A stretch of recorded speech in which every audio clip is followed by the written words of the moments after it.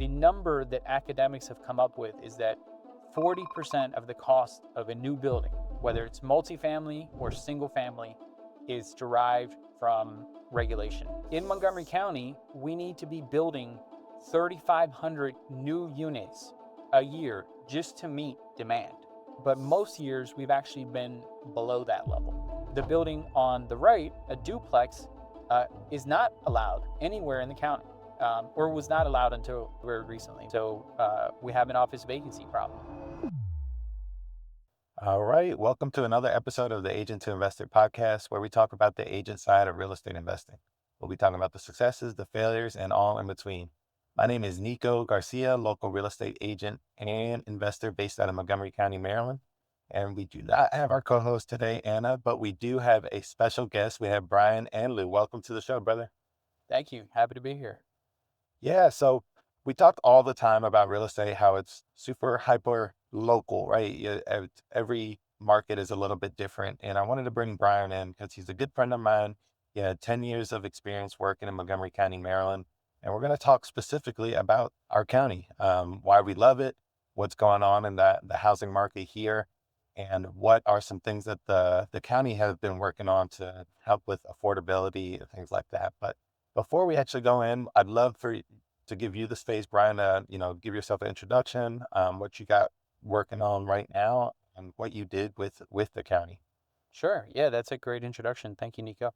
Brian Anlou, born and raised here in Montgomery County, Silver Spring specifically, and local product of MCPS, University of Maryland, and all that. After graduating college, I went to go work in local government, where is really a lot of the action is happening around zoning, planning, land use, and things like development and permitting. Everything in that sphere has to go through the local government.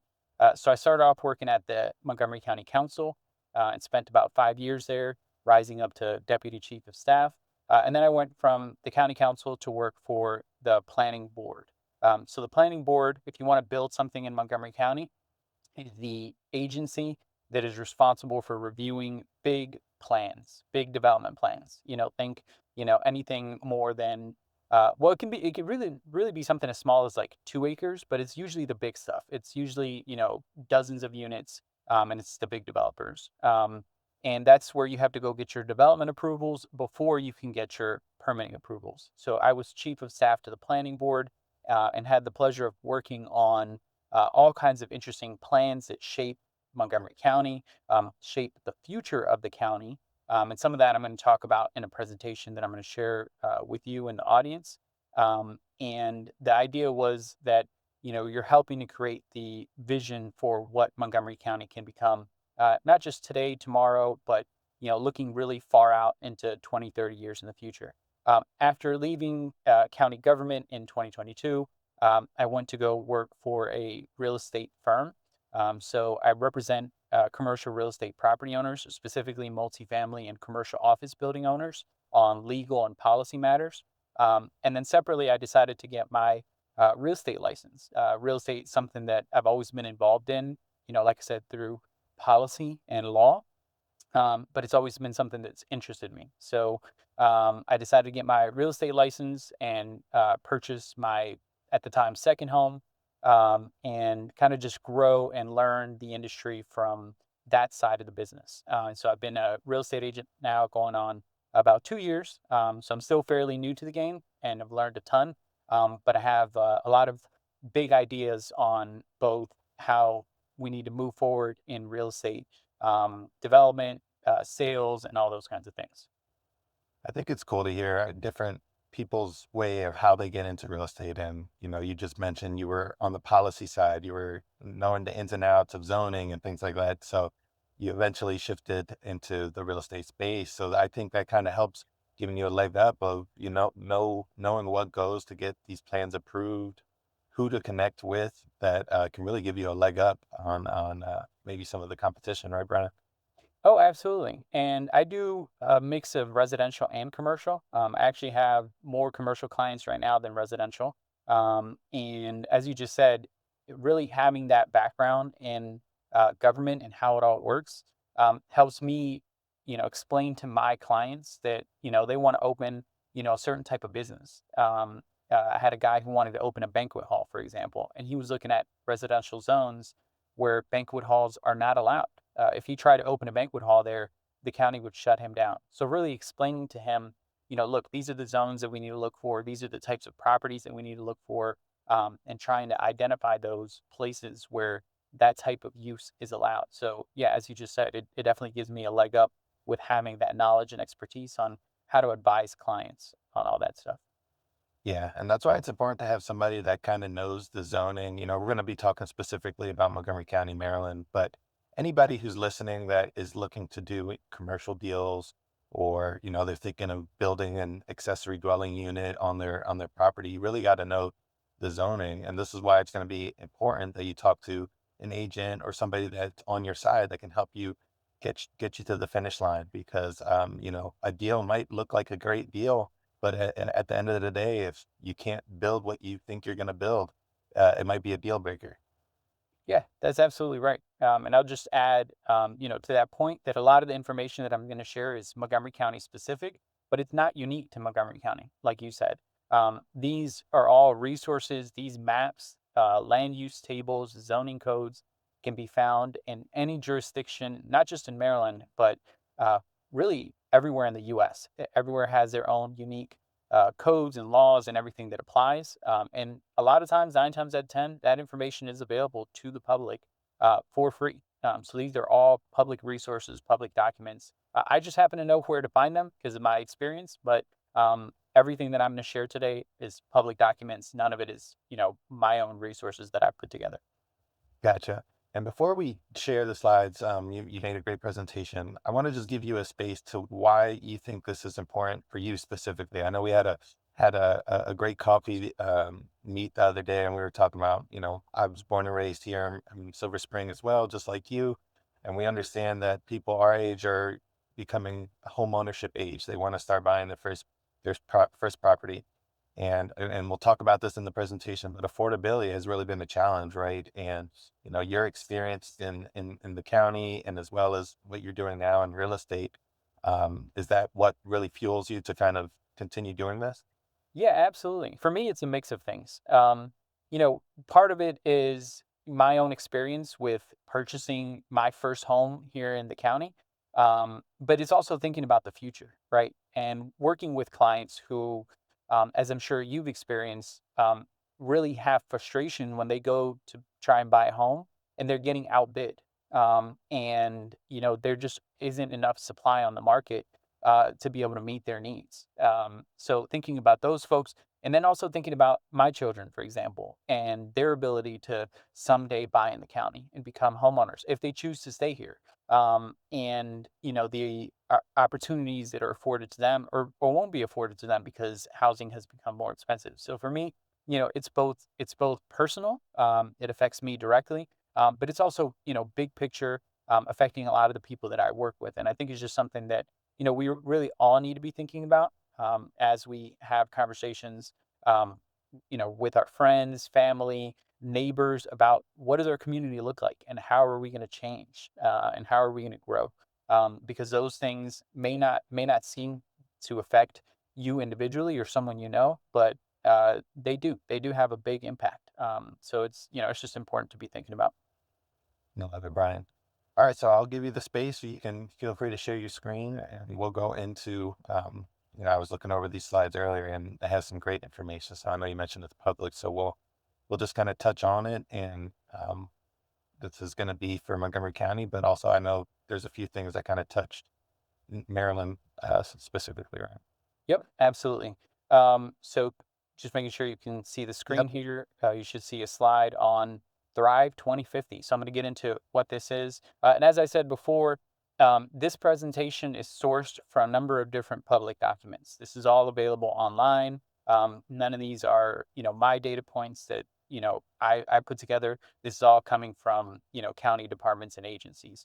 This was the last plan that I worked on when I was at the planning board. So it's called Thrive 2050. And a good way to think about this is that this is a vision board for Montgomery County and how we are going to grow over the next 30 years, right? More than, well, 25 years at this point. We started working on it in 2020. And so at that time it was 30 years, but now it's about 25 years. And so this plan really helps provide the vision board for the county. Um, what is a general plan? Just super quick. As I said, it's sort of the framework for how other plans in the counties are put together. And it deals with things like transportation, housing, parks, and open space. This is the first general plan that Montgomery County had way back in 1969. And it basically outlined kind of like the different growth corridors in the county, and where housing was going to go.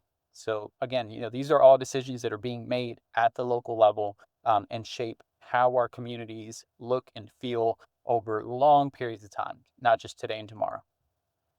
Policy outcomes of previous plans. The 1969 plan recommended increasing affordable housing, protecting farmland, and providing timely infrastructure, which led to these policy outcomes. So MPDUs, those are below market rate units in different types of developments, whether it's multifamily or single family developments. Um, Transfer of development rights, that's to protect the farmland, and move development away from areas that we don't want to be developed into areas that we do want to be developed. And then adequate public facilities ordinance. Almost every jurisdiction in Maryland has an APFO policy, and what that deals with is the adequacy of schools, the adequacy of roads and capacity and all that. So jumping right into why this stuff matters. No surprise, office vacancy rates have increased since the pandemic. And this is through 2017, and I'm going to show a subsequent slide that shows sort of where we are now. But the impact of this is that we are, particularly in Montgomery County, but also in the DMV generally, we're a little bit overbuilt for office buildings. We have too much office space, and not enough people going into the office on a full-time basis anymore. This is from the most recent Montgomery County Economic Indicators report that sort of compares and looks at how office vacancy rates have changed over the last 5 to 6 years. And you can see that we're almost at 20% vacancy in Montgomery County for office. And that's not even the worst. We have Arlington, we have Alexandria, we have Fairfax that is on par with us, that are doing just as bad. So we have a lot of empty office buildings that are just kind of sitting there. And those office buildings, the way commercial real estate works is that it's based on how much income the building or property produces.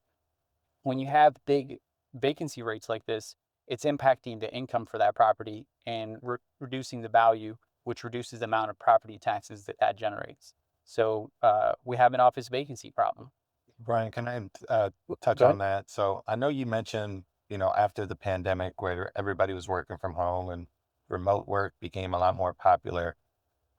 In your experience, are you seeing that that's shifting at all? I know it's increased a bunch since pre-pandemic, but has that changed? Have you seen in Montgomery County specific that people are going back into the office, or is it still at a big vacancy?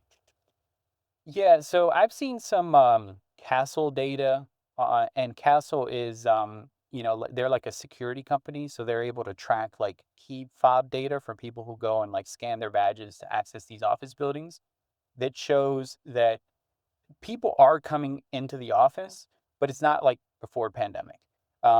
And what that means in practical terms is that people have hybrid work schedules, right? You might come into the office 1 or 2 days a week, but you're not there full time. And maybe if you had 100 employees, at one time in the office pre-pandemic, now because of hybrid work schedules, you might only have about 20% of those people in the office at any one time, right? Because they're coming in on different days, on different schedules. So we are seeing sort of a return to office, but it's not like what we had pre-pandemic. And so what that means is that a lot of employers and tenants are rethinking their office space needs. They're downsizing. They're using more flexible office spaces. They are, for example, creating more workstations and co-sharing stations where you just come in, you set up your laptop, and if you're there for the day, great. And then tomorrow someone else will be there. It's not like your assigned desk. Hmm. And so we are seeing a bit more of that. Uh, Another thing we're seeing in Montgomery County is that the Class A office buildings, those are the newest buildings. Think of places like Pike and Rose and some of the new buildings that we have in downtown Bethesda. Those are doing actually pretty well because they're new and they also are amenity rich, right? So they are in locations that are close to transit. They are close to restaurants. They're close to shopping. So even if you do go into the office, you can run downstairs and get something to eat. You can, on your lunch break, go shopping. After Mhm. work, go to happy hour. Those are the ones that are doing the best. The ones that are, kind of like the suburban office parks, those are not doing well at all, right? If you have a bunch like particularly along the 29 corridor where I live that were built ages ago, that there's nothing really around them. Um, those still aren't really doing well because even if you have a hybrid work schedule, you don't want to be in the office. It's not that it's a bad office building, is that there's really just nothing else around there. Gotcha. So moving on from commercial office to housing. Um, this is a good slide because it sort of helps outline what is the need, right? I talked to a lot of people who are like, we already have a lot of housing, and why do we need more? And the reality is that we're growing. We're a growing metro area. People come here for work. They come here for school. They come here for a variety of reasons. And it's a very attractive place to live. We have a lot going for us, and that's good because we don't want to decline in population. Having more people helps sustain the tax base. And so this is based on a Council of Governments report. The Council of Governments is kind of an organization that's represented by every jurisdiction in the region that basically says how much, they look at all of the, region's pressing issues, and they looked at housing specifically. And this report basically says, okay, each jurisdiction needs to produce X amount of housing to keep up with demand. And what they came up with was that in Montgomery County, we need to be building 3,500 new units a year just to meet demand, right? Just to meet the number of people that want to move and live here. And you can see that over the years, going back to 2007, we've been at that level for a few years, but most years we've actually been below that level. And that means that we're just not building enough housing just to keep up with demand, right? If nothing else, the number of people that want to live here exceeds the number of housing units that are available. And this is both multifamily, single family, it's all types of units. And we're going to get into, why that is. But, it highlights some of the demand here in the county. At the same time that we're not building enough housing, we have an increase in people who are living alone at all ages, and whether they're married or they're a single parent. We just have people that are living alone, and you can really see how that's changed over the years. In the 1960s, 60% of people were married and had children. 27% were a married couple, of households were a married couple. And there was a very small percentage that were single parents. And you had a very small percentage that were non-family household or living alone. You fast forward to 2018, which is the most recent data that we have for this based on the census and the American Community Survey. You have 26% of people that are a married couple with children, and a few people that are a married couple but no children. And that's really, I think that's what we're seeing generally across the board, that people aren't, getting married as frequently or having children later in life. And that's fine. But the big increase that we're seeing here is that more and more people, 25% of people now, live alone um, in whatever type of housing. So this is across, this is just households. This is across all housing types. And what that has led to, and is Uh, part of why we're seeing that. Go ahead. Brian, can I ask a question? Can you go back to the previous slide? So I know we talked about this the other day when we were chatting, right? And a lot of these people that this number has increased because they're empty nesters. They, their kids ended up leaving, or unfortunately, there might be widows and they're living in a home that might be too much home for them, right? And I'm sure that's going to go to your next slide. But in your opinion, what are you seeing that this increase does to the average first time home buyer? Well, what it means is that there are fewer units available, and fewer housing types available because housing is not turning over as quickly. Or there's more demand for housing, right? So, whereas we had in the 1960s and 1970s, more people who were married and living together, now those people are singles, or maybe they're dating, but they're living in separate units, separate households. And so that's one fewer or more fewer housing units that are available to someone else because people are not cohabitating as much.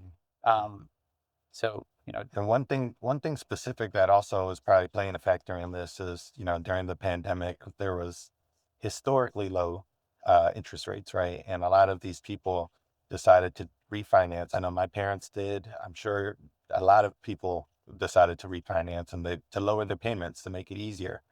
And they're holding on to these homes. They're like, why would I sell this home if I sold a home, I had to buy a different home, I get less of a home for the same amount of payment. So that is also causing a restraint of people interested in moving. And some of these people do need to move. Maybe they're a little bit older and they need more care, but it just might not make sense financially, right, Brian? yeah, it's exactly right. And you're describing the lock-in effect, right? People are locked into lower mortgage rates. And it goes into this next slide, because particularly for those older adults, who are in bigger homes like you're seeing here, um, and preview for the next slide, they're essentially overhoused. But what we've seen is that at the same time that we've seen a decrease in people living together, we've seen an increase in houses getting bigger. And we talked about this a little bit the other day. I don't know if it's that people have more stuff now, or we've gotten taller. We've certainly gotten Mhm. bigger as a society, right? Yeah. But homes used to be way, way smaller. In the 1950s, homes were about 1,500 square feet. Now they're more than double that. The average home now is 3,700 square feet. Going from 2010 to 2019. There have been in more recent years, um, some homes that are starting to be built that are smaller than that average. But the trend is generally to build bigger houses. And people ask me, well, why is that? And the simple answer is that when you can't build different housing types, when the only thing you can build is one house that fits one family, developers are going to build the biggest house possible because that is a profit driver for them. They're able to squeeze out more dollars from building that one house, that one large house, than they would from building a smaller house. So while people are living alone more, people are living alone more, you're seeing bigger houses, and that's leading to people that are overhoused. And this is something that, you talked a little bit about your parents. This is something that my mother's currently experiencing. She's in a single family home in Silver Spring, my childhood home, that is a 4-bedroom house, and it's just her. Um, Me and my siblings grew up there. At the time, my dad lived there. He's since passed away. Um, and she is overhoused. But the house is, fortunately paid off. And that house can be put back to productive use for another family, because my mother doesn't have other options that, she could, that make sense for her, if you will. And so people are cohabitating less, they're in bigger houses, and they're essentially overhoused. And so I think one of the interesting things that different places are experimenting with is things like offering tax credits to people who rent out a room in their house, for example, right? If you're an elderly person, this isn't something that's come to Montgomery County yet, but there's been some discussion of this, right? Where if you're an elderly person who has 3 extra bedrooms, well, wouldn't it be great if you, in addition to producing some income, were able to get a tax credit to lower your property tax bill? to rent out those rooms so that you're not overhoused. So even if you're locked in place, you're creating additional housing supply. Yeah, I love that. That can definitely help with, the single person that's just looking maybe for a room to rent or things like that. That could help with, just having people being able to live in Montgomery County that want to. Yeah, absolutely. At the same time that we're seeing single family homes get larger, we're seeing multifamily rental units get smaller. And this is because on the uh, multifamily development side, developers are trying to do the opposite thing. They're trying to squeeze out as much profit from uh, these developments and these multifamily buildings as they can. So they're packing in as many units as they possibly can uh, into these properties. And so we're seeing fewer family-sized rental units, right? Fewer three-bedroom units than we used to see. And it's more studios, it's more, one bedrooms. And so there's, again, less of that incentive to cohabitate with other people or start a family. Is this specific graph geared towards like actual new construction, or is it just existing and It's they're new construction. This is okay, specific to new construction. okay. So everything that is existing would be, is captured in like the earlier years. So everything that was built, in the 70s, 80s, 90s, that stuff all still exists. And that's why you see, in certain submarkets in Montgomery County, parts of Rockville, parts of Silver Spring, where you do have larger three-bedroom apartments. But a lot of the newer stuff that's being built has very little of those, multi-bedroom units.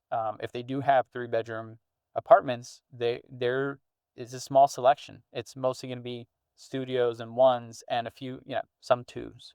And we talked about this in a previous slide, right? And this is basically the owners is trying to maximize profits, right? They're looking at the numbers. They're saying, if I can fit more units in the property, I can make more money, sell it for X rather than catering to this. And this goes back into the zoning and things like that of what they're actually able to do, right? Yeah, that's exactly right. So the zoning is what allows them to build the type of building that they're building. And the zoning just says you can have multifamily and you can have X square feet of multifamily units, but it doesn't say you have to have, 20% three bedrooms. You have to have 20% two bedrooms. It just says you can build, multifamily. And so, again, to that point, they're trying to maximize profit, but it's also about maintaining stability for the property owner, because multifamily housing is expensive to build and it's expensive to maintain and operate. All right, moving on. To that point, the high housing costs need to be covered by rent and profit. So here is a chart.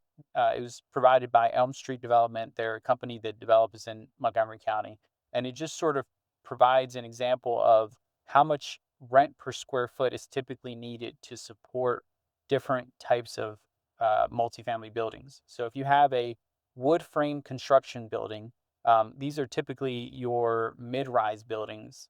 No, in Montgomery County, the code doesn't allow you to build taller than 4 stories out of wood. After you get above 4 stories, you have to build out of steel or concrete. So if you have a wood frame building, you're thinking, low to mid-rise garden-style properties with, you can have 20 to 25 units per acre, surface level parking. The total cost per unit is about $245,000, and the typical rent is about $1.60 a square foot.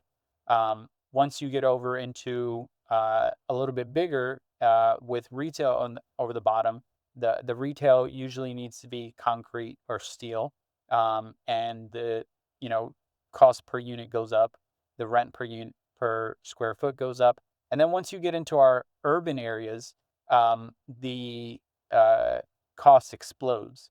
Now you're building strictly out of concrete and steel.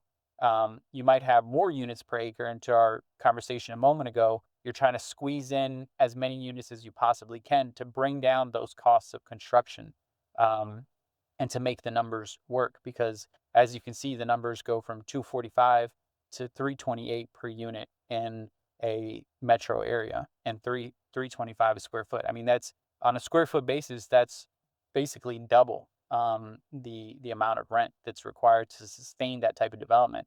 And so people ask me, well, why is this so expensive to build that? And I was recently at a conference in Denver where this Harvard professor was talking about the costs of development. And the number that academics have come up with is that 40% of the cost of a new building, whether it's multifamily or single family, is derived from regulation. It's derived from zoning, from permitting, from all of these other costs that don't even have anything to do with building the actual structure, right? Building the structure costs 60%, but just to get approval for what you want to do is going to cost you 40% of the building. So these numbers that you're seeing here is all inclusive of all those costs. And that's why it's really so expensive to build here. And that's why if you're a multifamily developer, you're trying to put in as many units as you can. Or if you're doing single family, you're trying to on a single lot, you're trying to make the house as big as you can, because that's going to be able to, on a per square foot basis, lower that number, right? If you have a 3,000 square foot house, the amount that it costs to build a 3,000 square foot house is marginal compared to the amount that it costs to build a 1,500 square foot house, for example. But the amount of profit that you can get from that 3,000 square foot house is way higher than the 1,500 square foot house. Wow, that's a big number, 40%, and I know that that varies on area and things like that. But factoring that in, I'm working on a fix and flip currently here in Montgomery County, and I do agree. The permitting process is strenuous and it's strict, which is great because we want to make sure we're building great, safe properties. But that could definitely cut into costs, and reason why that these builders and fix and flippers like myself have to make a certain margin for it to make sense. Yeah. And, we can have probably a whole nother conversation on how to streamline like the permitting process. This is specific to land use and zoning, because, that's an important part of the equation. To your point, it is important for the buildings to be safe and up to code. But there's a lot of things that county government can do to make it easier to permit, and more streamlined, and so that there's less uncertainty. But we can talk about that another time. So what does that all mean for multifamily buildings? Well, Montgomery County has a low multifamily vacancy rate, and that's really no surprise because, as I said earlier, there's a lot of demand to live here. So if you're, looking to rent or buy, it doesn't really matter. There's a lot of demand, so there's not a lot of supply. So you have, a bunch of people competing for a very low amount of units. And what that results in is higher rent growth. Because when you have higher demand for units, whether it's multifamily or single family, it drives up the price. And so, what this presentation is ultimately going to get to is that one of the ways to impact affordability and impact price is to create more supply to meet that demand. But we'll talk about that in a moment. This is an interesting slide because it compares, and this is from, again, the first quarter of 2025, and it came from the Economic Indicators report, and it compares how much multifamily buildings are being built in the region. And you can see here that in Montgomery County and Prince George's County, in the first quarter of 2025, there were almost no multifamily buildings being permitted. When you compare that to DC and parts of Northern Virginia, it's night and day. And, again, we can have a whole separate conversation on why that is. But the long and short of it is that basically the state of Maryland and Montgomery County and Prince George's County in particular have made it very, very difficult for builders of any kind to do business here. There are a lot of regulations that you have to comply with, whether they're environmental, whether there are landlord-tenant regulations, that make it very, very difficult to build and operate here. And so what you're seeing is investment going everywhere. And this is only going to hurt affordability in the long run. So what do we do about all this? And I kind of previewed this a minute ago, but the short answer is more supply. One of the things that I worked on this year was making it easier to convert some of those vacant office buildings into residential buildings. And what you can see here is kind of a diagram for why the average building may not work for a conversion. In other words, taking that building and remodeling the interior and turning it into a multifamily building.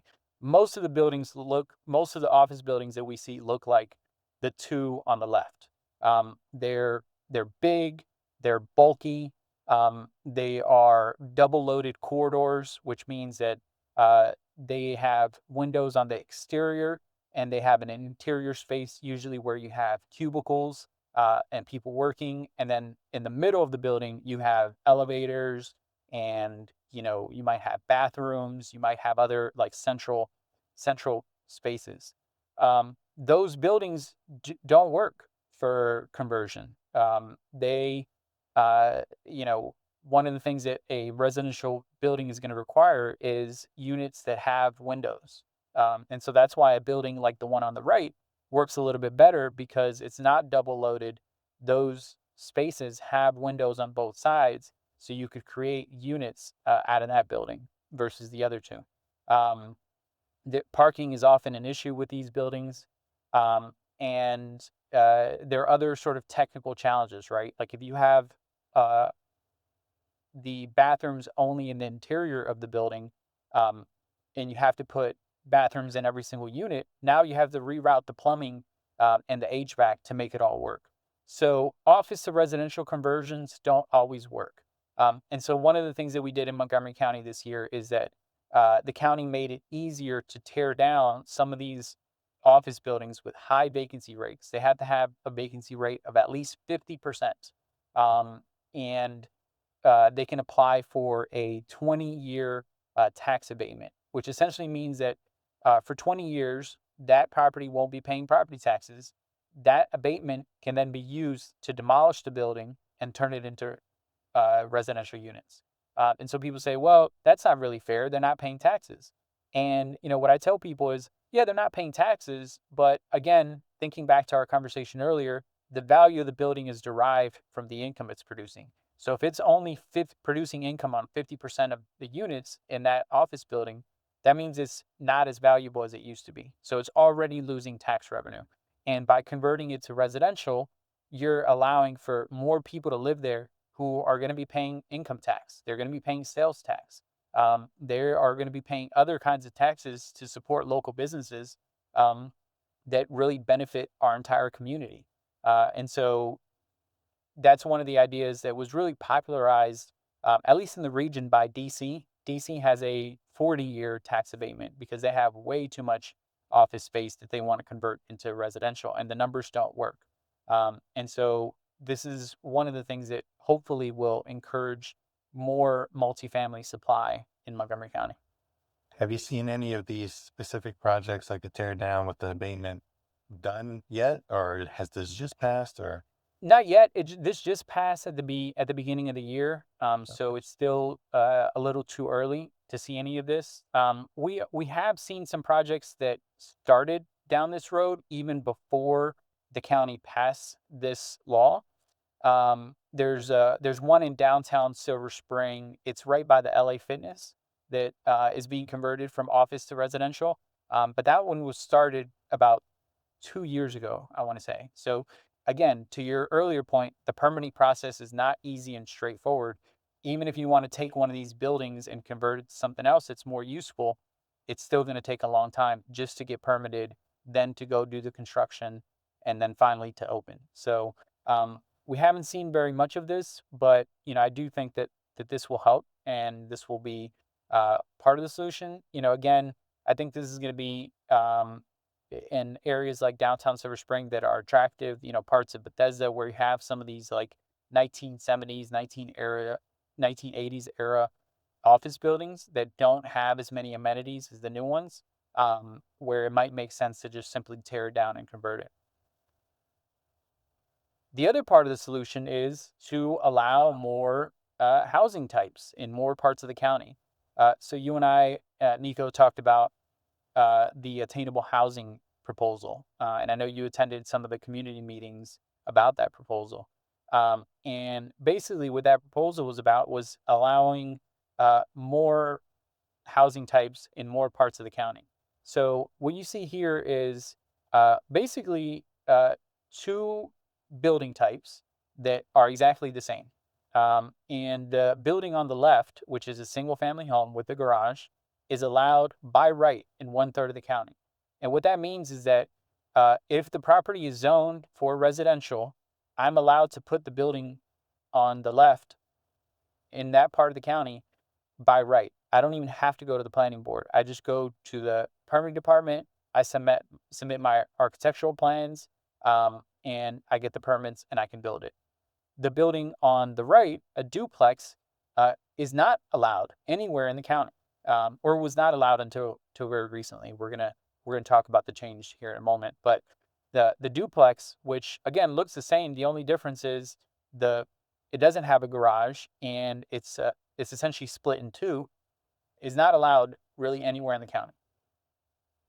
So where we started with attainable housing was that the planning board recommended to the county council that we allow uh, basically duplexes, triplexes, and quads in almost all single family zones in the county. And what you see here in different shades of yellow is R60, R90, and I believe R200 zones, and where they are in the county. And the red line is obviously Metro. The purple line is the future purple line that will be there. Brown is the MARC commuter line. And what you see here is that they were really proposing something that was hugely expansive. And as you can imagine, there was a lot of opposition to this. Neighbors were coming out to those community meetings, and you can chime in with your experience at those, but they were coming in and they were saying, "You're going to completely change our neighborhoods. You're going to ruin our way of living. It's going to be overcrowded in the community." And they hated this idea. A lot of the pushback was exactly that. Usually, generally older individuals who lived in a community for 20 years, and they're thinking, you're gonna completely change their neighborhood. So during these, I think they had a couple different meetups where they're proposing this. And they really wanted to get the community's feedback. And there was a lot for it, usually generally younger people, and there was a lot of opposition for exactly what I just talked about. A lot of people that were just angry and they were talking about, and they had their concerns, of course, what about the infrastructure? What about parking? What about all the plumbing and roadway? But this was last year, right? And this is specifically for new builds, right, Brian? It wasn't like you can't convert an existing one into a multifamily, right? You could. So the way that this was intended and where we ended up was that um, you could take an existing home that looked like the one on the left, or let's just say it was a kind of like one of the 1950s era bungalows that we talked about a moment ago. That's too small. The bedrooms are small. The bathrooms are small. Maybe it has one bathroom for all the upstairs bedrooms. Um, and it doesn't really have like a master bath. You could take that home, you could tear it down, and you could build um, the house on the right. Right now, the only thing you could do to that 1950s era house is you could only tear it down and build the house on the left. And that's why, going back to my earlier point, you're seeing a lot of tear downs in Montgomery County where they are tearing down these older houses that are, what I call functionally obsolete. They don't meet today's needs and demands, and they're turning them into, 2 and 3 and 4,000 square foot McMansions because that's the only thing that you can put there. And so instead of putting up a 3,000 square foot McMansion, imagine if you could put up a duplex of 1,500 square foot each, right? So again, we're getting back to those smaller housing types, but it's creating more units for more people. And so it's both. It's both developing new builds for, on greenfield properties and redeveloping older properties. You So there see, was as you said, Nico, there was a lot of opposition to it, and a lot of the opposition too was from the west side of the county, from the Bethesda area, the Chevy Chase area, and I think part of the irony of that is that uh, the economics of this type of housing don't quite work in those developments and in those areas because the land values are so high. So it would be very, very expensive to take, a house in Bethesda, even if it's functionally obsolete, tear it down and build something, new there because it's so expensive. Um, and so where we ended up with the county is basically the map that you see here on the screen. So um, you can do duplexes and triplexes and up to 4 units of townhouses um, in the county. It's no longer by right. So if you want to build this both on a new piece of property or you want to tear down an old property and build it in the county, you can do it, but it's really only in these areas that you see here in the county. So it's very, very minimal. And the big change was that it's only along our transit corridors, our areas where you have bus service and rail service and transportation to support the added housing. And as I said, it's no longer by right, so that means you have to go to the planning board to get approval to do this. Um, in any of these areas. Brian, can And I so ask you? it's Go ahead. Can I ask a question about this? So these new builds, the duplexes, triplexes, quadplexes. So we talk about the investing side of real estate all the time, and one of the benefits for owning a duplex or triplex is you can get into it with an owner occupied loan with as little as 5% down, which could be appealing to somebody that's looking to buy their first home, rent out another unit, and help offset with the mortgage. Would that be possible with these new builds? I know that, it depends on price and things like that, but is that doable? Yeah, it's doable. So again, from a county perspective, the county is just allowing you to do it, and it's up to you whether you want it to be for sale or a rental. Um, if you took a single family home and you tore it down and subdivided it into 2 units, a duplex or even three for a triplex, you could sell each of those individually, or you could, rent out 2 of the units. So yeah, that's not a problem at all. It's a little bit different than the conversation that we had around ADUs. In ADUs, if you want to build an ADU in the county, um, accessory dwelling unit, you can do that, but the property does have to be owner occupied if you're going to rent that ADU. And really, the key difference is an ADU cannot be subdivided from the main property. You cannot sell an ADU. You can only rent the ADU. Whereas, what this is that it's allowing development that can be subdivided and sold individually. So that's why the county is a little bit more permissive of what you're allowed to do. Got it. Okay. So, again, I guess sort of to tie this all back together, the idea that I'm trying to promote and hope people will understand is that we need more housing at all income levels and all types of housing, whether it's more multifamily housing for people who want to be renters, or more duplexes and triplexes and quads for people who are purchasing their first home, a starter home, or people like my mother who just need to downsize. And the home is just too big for her, and she's overhoused. Wants to go from owning a nearly 3,000 square foot house to owning a duplex that's only 1,500 square feet. That would better or more meet her needs. And so we need more housing at all types and all levels to really be able to meet that demand that I talked about earlier. Yeah, so I know we spoke specifically about Montgomery County, but this is really a nationwide problem, right? A lot of counties and states just don't have enough to keep up with the demand. And if you're listening to this in another state, you can definitely look and talk to your county or an agent that has access to the county to kind of give it specific to you. But I know we talked about building more and things like that. Are there other factors that we can do to help increase affordability for, the first time home buyer, people my age, people that are a little bit younger, millennials looking to buy their first home?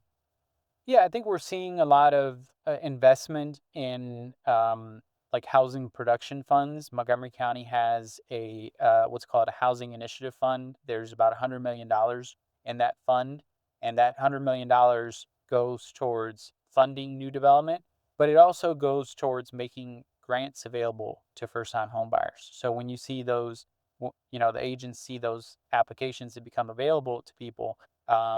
That's where that money is coming from. And so you're starting to see a lot of different jurisdictions kind of experiment with that. Um, Beyond subsidies, what we're seeing is more openness to different types of housing. So we talked about why a office building, like a double loaded office building that's basically a square, may not work for uh, a residential conversion. But we're starting to see some jurisdictions experiment with like dorm style housing, which I think is interesting. I think DC is looking at this currently, and that's something that it's really geared towards maybe someone who's fresh out of college, maybe a teacher or a police officer or firefighter who's fresh out of college, makes a decent salary, and wants to live in a dorm style housing property for a couple years to save money and then be able to purchase their first home. So it kind of goes back to the earlier point I made that we need all types of housing for all types of people. And if there's a market for it, the development community, the real estate community will build it. Um, but I think more to your point, direct subsidies are definitely important. Allowing more types of housing is going to be important to drive down the price. And it's just an all of the above approach. I love it, Brian. So much information, so much insight, and this has been a lot of fun. We are running close on time, but I wanted to give you a space to somebody has questions, then they want to reach out to you, specifically, whether it's on the commercial space or the residential space. How can they reach out to you, Brian? Sure. Yeah, absolutely. People are always welcome to reach out to me individually.